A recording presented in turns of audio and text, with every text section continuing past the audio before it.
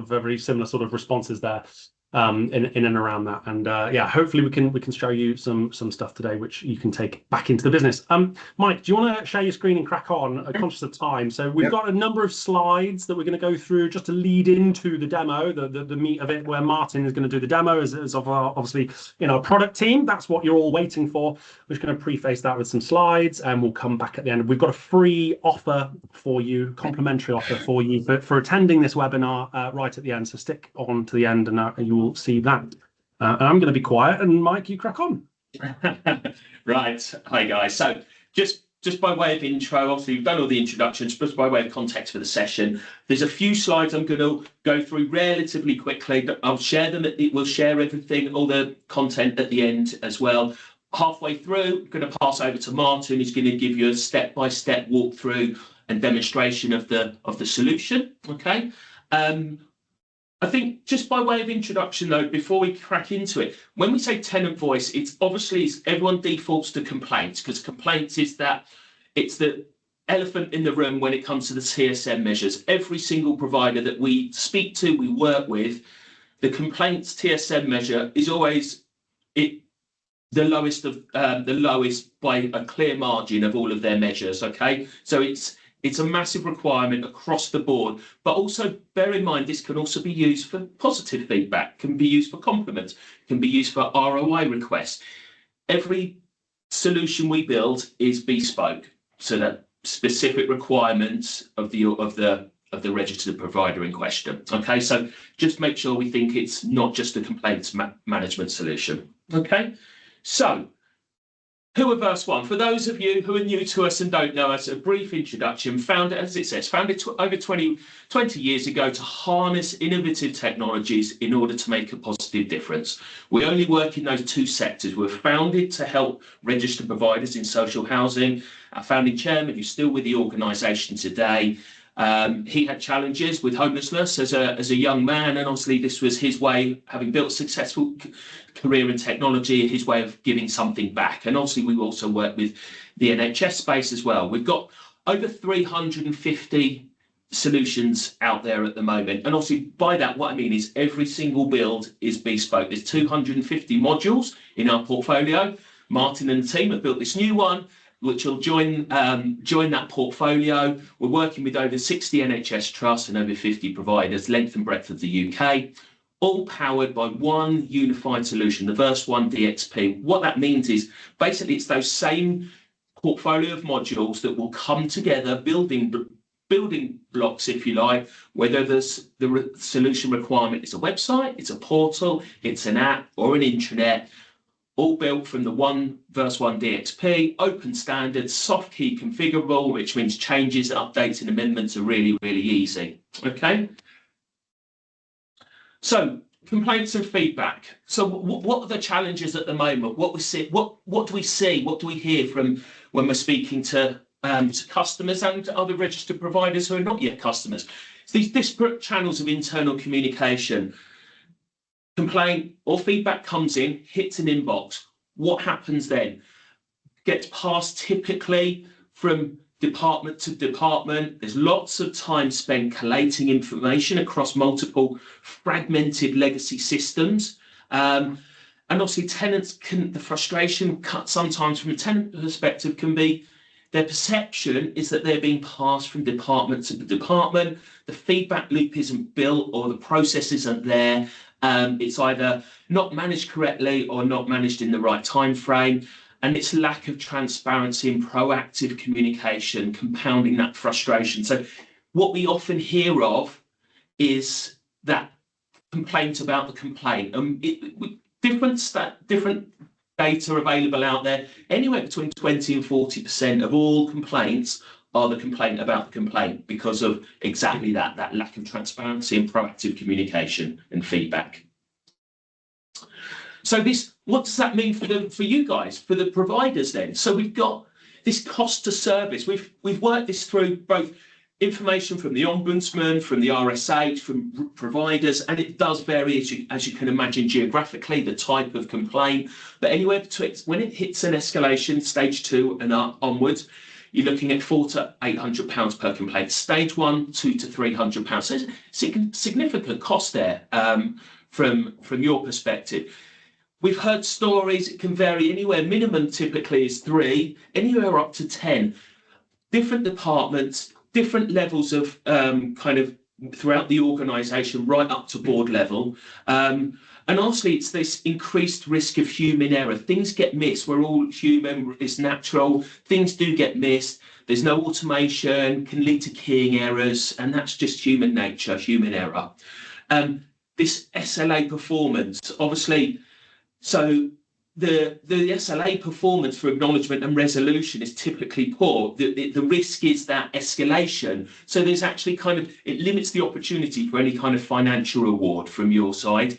And obviously these unclear processes. So tenants are then having the frustration, getting back in touch, sitting on a call centre, re-engaging via email, portal, whatever method they need to, okay? So TSMs, Johnny touched on it at the beginning. You know, this is taken from the regulators, the RSH report for 23-24 around the consumer standard, okay? So what they've done within that, they've bundled, and I'm happy to share a copy of this if anyone would like a copy, but if you've not seen it, but they bundled together the TSM. So we've got obviously the tenant perception. We all know those 12 tenant perception measures. And then you've got your data-driven measures on the right-hand side. But these are 6 that they've put together that is a reflection of your performance around complaints, but also tenant engagement. It's that proactive element, yes, that's also key. So just aligned to this, within the same report, they stated that over 290,000 stage 1 complaints in that 12-month period. 290,000. That's a lot of cost. The escalation of those was about 70,000. So there's 70,000 of 290,000. 1 in 4 are going to stage 2 and onwards. So significant burden on you, on time, energy, and staff resource. Okay. So what does good look like? Okay, so we've built this out, this process flow. So smart digital intake. We look at this solution, and again, it's that Verse 1 technology build and platform DXP. This can be accessed from a customer perspective via a website, a portal, or an app. So it's digitizing that process, that complaint process. Smart digital intake. Okay, predefined fields. Is it a compliment? Is it a complaint? Is it feedback? Yeah. Again, we'll map all of that out with you. Case capture and routing, this is key. It's not hitting an inbox for someone or a team to triage or a single point of failure. It's case capture. This case capture and routing, this is all where the automation, power of our Altivo integration engine, automation engine. So it'll route it automatically to departmental heads or departmental colleagues, and obviously the relevant different departments, okay? The workflow management piece is where we put parameters around that feedback from the tenant. Okay, so what happens to it now? What are the timeframes around what happens next?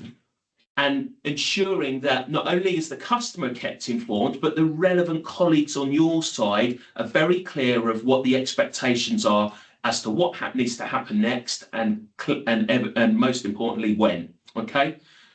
Obviously, this loops into the response and resolution. Okay, so Mike, the tenant, is awaiting feedback. Okay, even it's that constant feedback loop that we call, acknowledging the receipt of Mike's feedback, laying back to communicating back exactly what's going to happen next and when he can expect a final response and resolution. Okay, and obviously that also triages internally as well. So all of your relevant teams that are involved, dependent on the nature of the complaint or feedback, are clear on the expectations on them. And at the back end, as Martin will show you in a minute, you've got all of this, the insight and reporting built in as well. So these are automated reports, daily, weekly, monthly, quarterly, annually, whatever view you need to understand the trend analysis. Are you meeting the SLAs? Are you meeting, obviously we now know with AWAB's law, certain types of complaints, STAIRS is coming at the end of the year as well. all of these really strict time parameters are only, and the pressure on the teams is only going to increase. Obviously, this gives you that single pane of glass view as to how you're performing against those requirements. Okay. So I'm going to hand over to Martin, who is going to walk you through demonstration. I should have said at the beginning, guys, by all means, please, any questions, please put them in the chat, or please, let's make this as two-way as possible. If you've got any immediate questions, please feel free to speak up and ask at any point. Okay. That's great. Thanks, Mike. Okay, let me share my screen. So I'm not going to go over or retread the stuff that Mike's looked at there, but so the first step of this is obviously that smart digital intake. So right now I'm operating in the persona of a tenant. So this could be them accessing your portal, an app, a website, whatever you need it to be. It can be standalone. And this is just a method for them to provide some feedback. Now, obviously the core benefits of this is that this is a central process where that happens. And what I'm going to show off today is a mix of kind of process automation, which is forms, workflows, emails that get sent out to directed channels and group inboxes so that you can manage that process centrally, and also on a few elements of artificial intelligence, which we've added into a few steps just to show you the potential of that. This obviously is a demo system. It's not meant to be reflective of any of your actual systems, but if anybody wishes to spend some time, I'm happy to jump on a call and model your current systems so you can see how it would actually work for you in a real world scenario. So as a tenant, if I've got an issue and I want to give you some feedback, I can just go to the portal, log in, and then click, and here we have some feedback options. Now, as Mike mentioned, that could be a compliment. It could just be an inquiry for information. It could be that you have some concerns, or it could be a complaint. And all of this is fully customizable, so we can separate these streams out into the relevant channels. You don't want to push everybody down a complaint channel, because not everybody actually wants to make a formal complaint. Some of them just might want to express their concerns about something and feel heard and get the answers that they need. But in this scenario, for brevity, let's have a look at the most complicated scenario, which is the formal complaint. Okay, so got standard things in here. So we've listed that they want to make a formal complaint and that it can take up to 20 days. Obviously depends on the nature of the complaint. And this is just to agree to the GDPR requirements. Now, what we have here is just a form where they can fill in some details. So if they know it, they can add their tenancy number in there. And then we just need to provide a quick summary of the issue. I've got these pre-written up just to speed things along a little. Just for context, guys, just in terms of the login process here. So obviously, if it's a portal or an app for an existing Verse1 customer or new, obviously we'd have identified that tenant already. Okay. Typically, what rather necessarily doesn't need to be tenancy number, the email address, if it's via the website, for example, via your website, Michael, you're talking about your website refresh. If it's via a website channel, obviously we can use email as a unique identifier. So, and if you want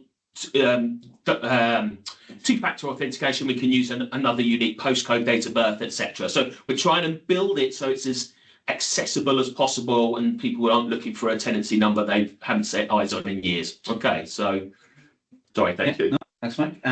So as you can see here, we've got the summary of the issue we've got. We've also got which department it concerns, and then we have the option here to add details and to break out your complaints. So if you've got a number of issues you want to report and that reflect different departments, you can do that. Or if you just want to drag and drop a Word file to explain your situation because you've already got it written up, or you want to add some images to provide more detail on that, that's all fine. You can drag and drop those there. But in this case, we've got somebody who's, they found some black mold growing in one of the bedrooms of their home. So they've identified, while they were tidying in their daughter's bedroom, they found a patch of mold on the wall behind the wardrobe. Once they've moved that, they've noticed actually that's pretty bad back there.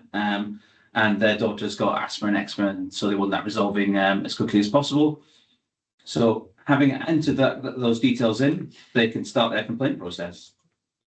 Now, on submission, that then raises that in the system and adds that to the queues and the processing.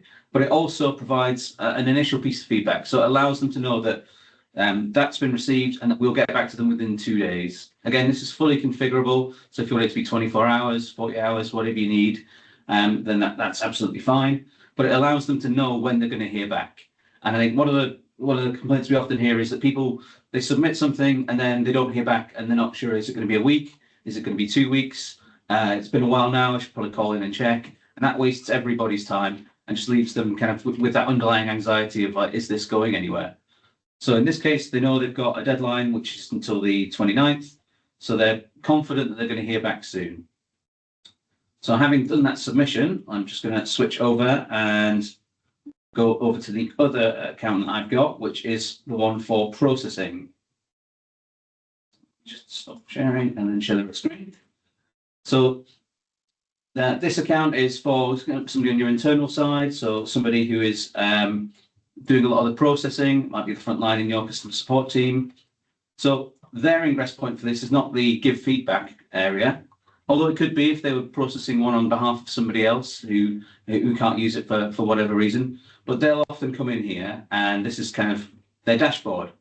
So we've got 20 open runs at the moment, 9 starting the last 30 days. But as a day-to-day processor, this is probably the one I'm most interested in, which is runs with deadlines that are close. So these are the ones that are being drawn to my attention as needing actual work on as a priority. And we can see that that's the complaint that we've just raised. So if we click into that, we can start to see the first of the AI steps that have been added in. Now, we could just show them the response. It might be long, it might be kind of quite heated because they might be quite angry. We find that can be quite stressful for people who are dealing with complaints all the time. And so what this is an AI-generated summary of their inquiry. So it's pulled together all of the kind of the essential pieces of information. It's already given it priority as high because it's known that it's an issue with mold and damp. And we also include a confidence figure. So this is how confident we are in the response of the AI. Our AI principles are kind of very clear. It has to be safe, it has to be pragmatic, it has to be augmentative. So, you know, we all hear the horror stories about hallucinating AIs just making things up. That's why we provide confidence values, you know, there before your eyes, so you can be confident that, you know, that's not the way it works. That it is, you know, it's very safe. It doesn't send your data out there for training models or anything like that. It is, you know, it's based on those kind of core principles to ensure that you can deploy it with confidence. So it also provides you with a sense of the sentiment. So, you know, you can see that they're upset and concerned without actually having to, you know, read 3 or 4 pages of angry vitriol, and you can see the keywords so that you can spot trends on a lot of these as they come up. So if you've received 400, you can see how many times that black mold has come up, or, you know, health risks and things like that. So you can kind of act on that in the longer term. And I think it's important to note as well, nothing happens until a human being has viewed, reviewed, and said, yes, that's okay. That's correct, Martin? Yes. So yeah, nothing is automated without a human being reviewing and then pressing, yes, that's good. Yeah, or authorizing it. And this is entirely optional. Yeah. So, you know, the AI doesn't have to do this. We could just be showing you the original message. Mm-hmm. You have the option to view the original message as well, but this is just one of the ways we think that AI can streamline this process and just make it so that you're just viewing the impactful, you know, bullet points of what the core issues are. So we can move on from that. So we've reviewed that now. We're happy with what their complaint is. And now we have another option, which is we can either type a response directly, or we can ask AI to review their complaint and just generate a message for them so that they can get our feedback from them. So here we go. So this obviously is based on the correspondence that we fed into it. So it operates on a kind of very professional way, in a very friendly way, because we've asked it to do that. Obviously, that's all configurable, so you can change the kind of the tone and make it reflective of your standard business communications. But in this case, it says, yeah, thank you for bringing the mold to our attention. We understand your concerns, given the health risks, and please be assured that we'll be setting up an immediate inspection. So it's recognised that this is mold, so you need to act promptly on it, and it's already identified that and ready to report that back to the tenant. So they've also said that we can expect to hear from them in 3 days with a solution on that, and if they've got any further concerns, to be in touch. So I'm happy with that message. I could just edit it a bit if I wanted to, if I wasn't quite happy with one piece or another, which really allows me to kind of to not have to spend the time writing it. But I think we all find it a lot easier to edit things, and it also means that the tone and everything else is consistent. It doesn't matter who on your team is doing it. Your comms always have that kind of same professional tone and friendly kind of aspect. Okay, so I'll send that out now. So now I've let the tenant know that we're looking into their inquiry, and that now I can assign that to somebody to actually resolve their inquiry. So this is me now doing the internal work of messaging somebody to get it fixed. So in this case, it's a mold issue. So I'm going to tag it for the repair services team. Then I'm just going to grab the. While you copy and paste that across, Martin, just on that, obviously the tenant at this point would have received an email, a text, a push notification, your case has been updated, log in to have a look. You can see along the top there as well, that bar, we're at the red stage there. You've got grey, grey, grey, red, blue, blue, blue. So you can see that we're moving through each of these steps within this process. The resident as well, or the complainant, they will have this similar view of their steps and their processes. And every time that moves through, notifications can be sent out accordingly to make sure that the person who it sits with is notified. So this might be, as Martin's about to show, we're actually sending those off to maybe 3 or 4 different departments need to get involved with this. Yes, it's repairs, but actually maybe it's something else. And maybe while they were there, they complained about a noisy neighbour. So again, being able to split that out, triage it into different teams, then come back with again matching SLAs depending on the different complaint within the single complaint. You're able to push that out to different departments. But as I just wanted to say, the resident is being notified every single step of the way, and there is ultimate transparency. And your complaint is with this person, their SLA is this time. If you've not heard on this time, give us a call at this number. Whatever you wanted that process to look like. Again, this is about transparency, ease of use, and settling nerves a lot of the time that this is being dealt with. Yep. And again, this step again could have been generated by AI if we wanted to, but we've just left this as a manual process just so that there's so that we're clear that that's an augmentative bolt-on that can be added to streamline the process. But there's an awful lot of value without it, as it does make sure that your process is nice and tight, and that there's all those workflows running in the background with reminders and other things to ensure that you're hitting those SLAs and giving that good customer service that that you all want to. So so I'm at the point now where I'm just going to allocate this work to a member of the repairs team. So I added a little message and send out to them now. And that's now gone into the ether, and that's for them to deal with. So that's gone into their inbox. They've also got their own view in here so they can log in, provide feedback and comments.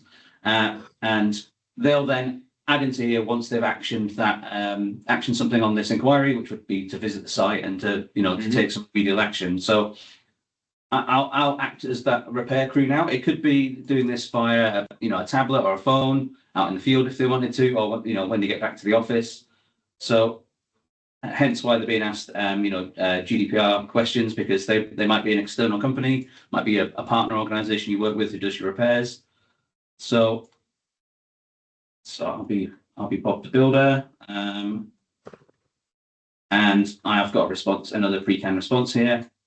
So in this instance, they've contacted the tenant, arranged time to visit the property, and on inspection, they checked for penetrating damp, rising damp, poor insulation, all the core things they normally check for in this scenario.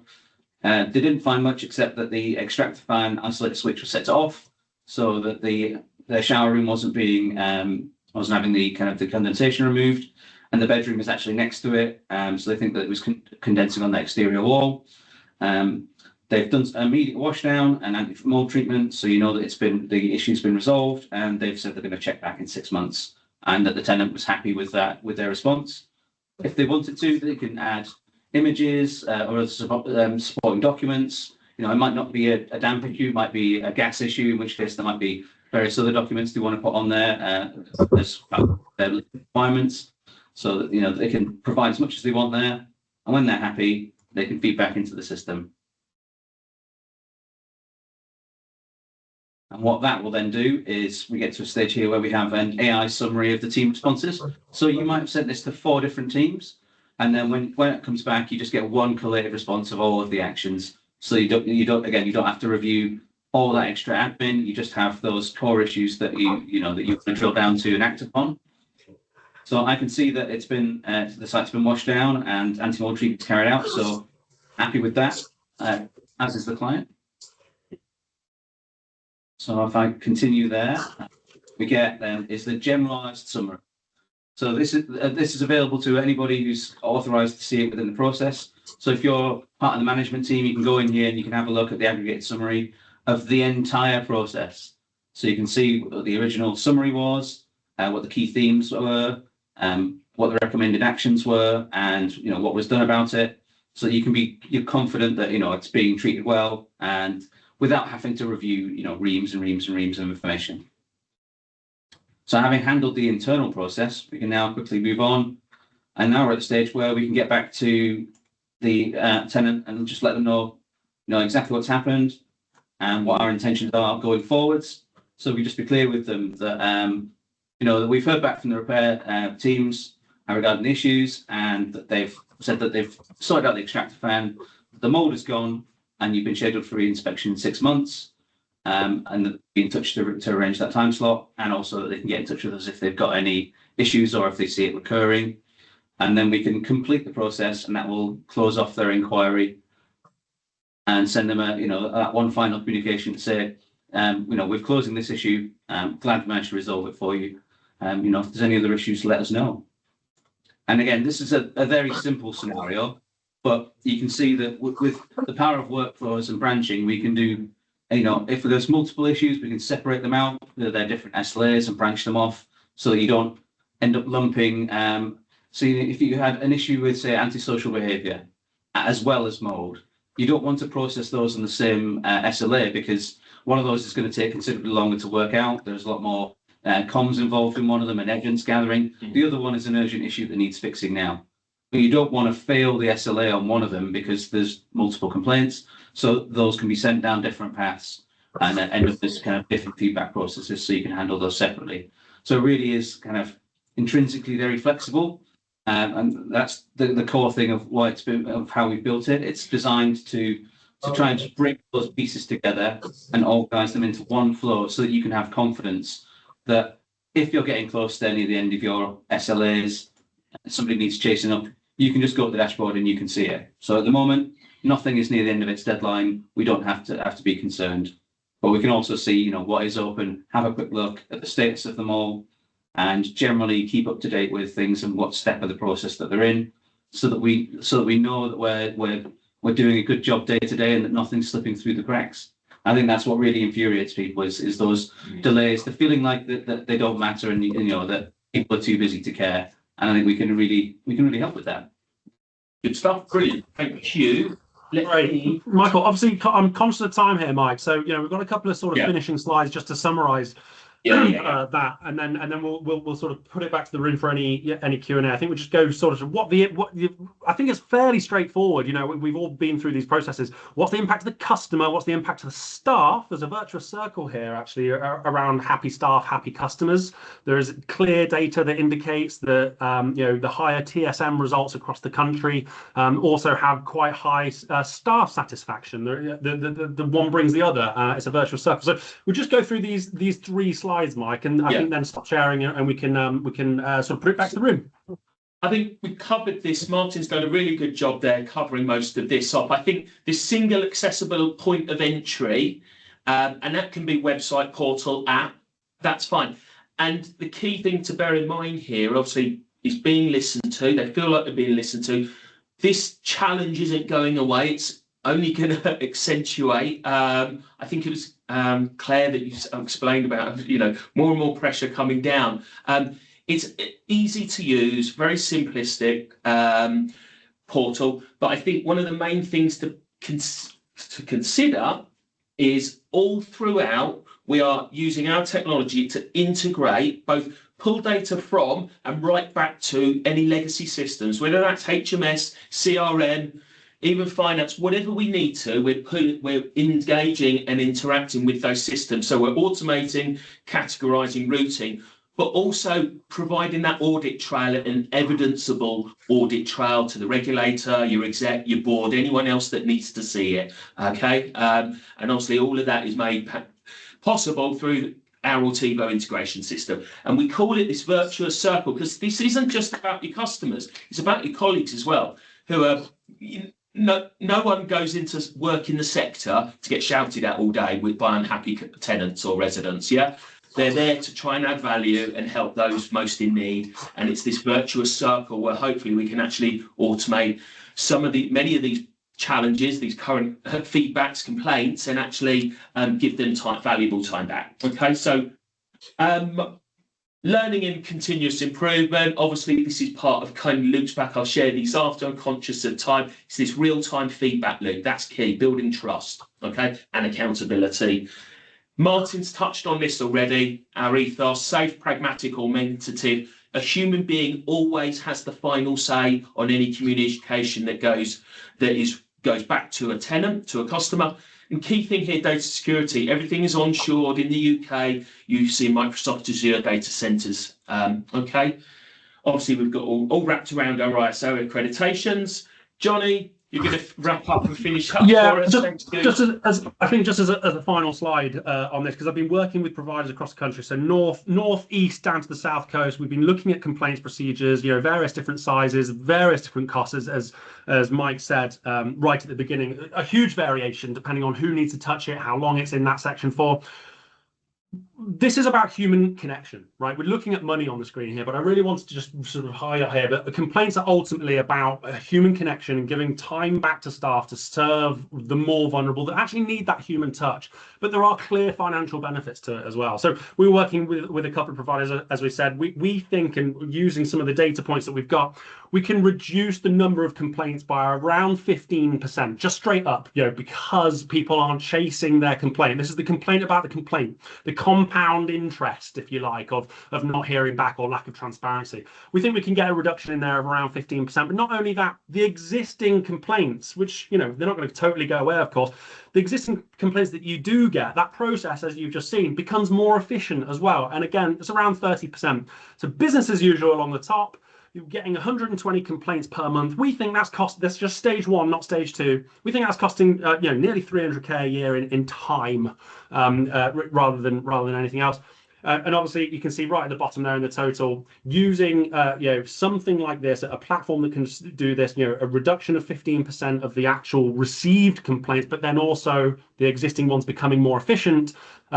Got nearly 120 grand in financial savings there. Think about the time that is, 4 FTEs, 5 FTEs that is actually spent working with residents more in need and doing higher value tasks. That's ultimately the aim here. But there are clear financial benefits to it as well. And I understand business cases for these sorts of things need to be put forward, and this data helps. And we have reams of this data, length and breadth of the country, that we can support with as well. And it's real insight. It's not just ones and zeros, which is what data is. It's actually insights, useful insight into this process. So, Mike, if you just stop sharing at that point, because we have more sort of events that I'll send over. But I wanted to put it back to the room, get feedback, see if there's any sort of questions from anyone. I see Michael's come off mute. David, I know that you sit on the other end of these complaints all the time. So I'd be interested to sort of get your feedback, your thoughts. Yeah, it's a nice system. I mean, in terms of the volume that we handle, though, 15% being knocked off is a bit of a drop in the ocean at the moment. Yeah, you're not alone. Yeah, Unfortunately so. Yeah, it's nice. How easy is that to integrate with, say, like a system like Northgate? Yeah, well, very, because as we're already integrated with Northgate. So there's a couple of slides there. Again, just talking about interoperability. This is not about ripping, replacing existing systems. It's about getting more value out of your existing ones and actually sitting over the top. Ultimately, it's that digital input. So this could be a contractor complaining. It could be a member of staff complaining. It could be someone in an intranet saying I'm getting bullied. It could be a tenant saying they've got damp and mold problems. It could be ASB. It could be domestic abuse. All of these inputs to standardize that, whether it's intranet, app, portal, hidden behind a button on a website, that kickstarts the process so that you're able to then handle it. And all of that can be pushed back into Northgate. We've already got the integration because of the portal that you have with us. So certainly something that can sort of slot into existing processes. And one of the things as well, just just for everyone's benefit, is as part of joining this webinar, we will create we'd be delighted to have a follow-up conversation with any of you that would be interested. We have a Crux team here, creative UX team, that create swim lane diagrams of your existing process. So we do this with tenancy onboarding, staff offboarding, complaints, whatever it may be, swim lane diagrams, and we can map this out and we give this to you on a complimentary basis so you can have a look at what that process looks like. What's a rough idea cost? Very good question. So it My depends on the question. number of steps and you know the number of steps, the volume of complaints as well. So obviously whether you need the AI element of that. It's actually part of the discussion I'm having with Daniel already as part of the sort of quick wins phase to the next sort of 3 months that we're doing in response to the regulator. So happy I pick that up with you and give you an exact quote to your needs, because I've actually done that work already. So I can share that with you after the call if you'd like. Okay. Any other questions, feedback, concerns? Happy, good, bad, ugly? It's good. I mean, David's already taken my question. In terms of the cost. Just with the process itself. If I'm putting through a complaint, it's just so I'm clear on this. Yeah. And the customer has another complaint, another branch. Just so I'm clear. Can I open up another? I can open up another. Yeah, so the way this is very common. So originally we worked on this with four other registered providers, and I think 3 NHS trusts. You can imagine the complaints an NHS trust would receive, as you can imagine, are very detailed as you could probably imagine. Very similar though to social housing. So in the interface there, when you're making that complaint, there's a number of options. Again, this is why it's so highly configurable and soft key configurable. You can write a 30-page Word document of a complaint, right? And within that, you've got 5 complaints. So that's fine. The resident can do that. On the flip side, where the respondent is receiving that, we can automatically strip out those 5 separate complaints in the back end so that the resident doesn't need to worry about it, right? We can use AI to do that. However, there is also the other option, and that was actually on that demo, is that when the resident is putting it in, they can add complaint and then add another one. So there's actually, that can help them triage it in their own mind as well. So no worries, Adele. I'll catch up with you later. Thanks very much. So yeah, that can certainly be put either in the front end or the back end, whatever reduces barrier to input in essence. Okay. Yeah, I think that's a really good question, because as we mentioned, sometimes they'll put 2 complaints in, they'll have radically different SLAs. One will be urgent, one won't be, and you don't want to fail. You can't close off, if it's one complaint, you can't close off the urgent issue until you've settled the other issue, which means you fail on that one and have a bad customer experience, when really you've done the work. Actually, you haven't failed, it's not been registered properly. So we can break those out into separate workflows so they can be handled separately and reported back on separately, and keep your figures accurate, so you can keep an eye on exactly what's going through your processes and systems, and just give those little nudges that will keep it on track. Yeah, good. With the sort of cream of this all is that reporting element in the back end. We talked very briefly about the tags. So AI pulling those tags out, going, this is a damp and mold, it's an exterior wall. It can identify those tags. Every single click is registered. So whether it's staff training, Mike's really good at this type of response, whereas Johnny struggles with ASB responses. Maybe that member of staff could do with some further support. Right through to just tracking the SLAs against them. The breadth of it is broad in terms of the reporting, and data's just data. That the insight is how we then use that to make service improvements, and all of that was actually at the forefront of the project development, of the product development. Claire, I'd be interested to know, from a council's perspective, Natasha, and Roxanne, welcome. I know you joined a little bit in there. Any further feedback or questions, by all means, speak up. Otherwise, we can call it.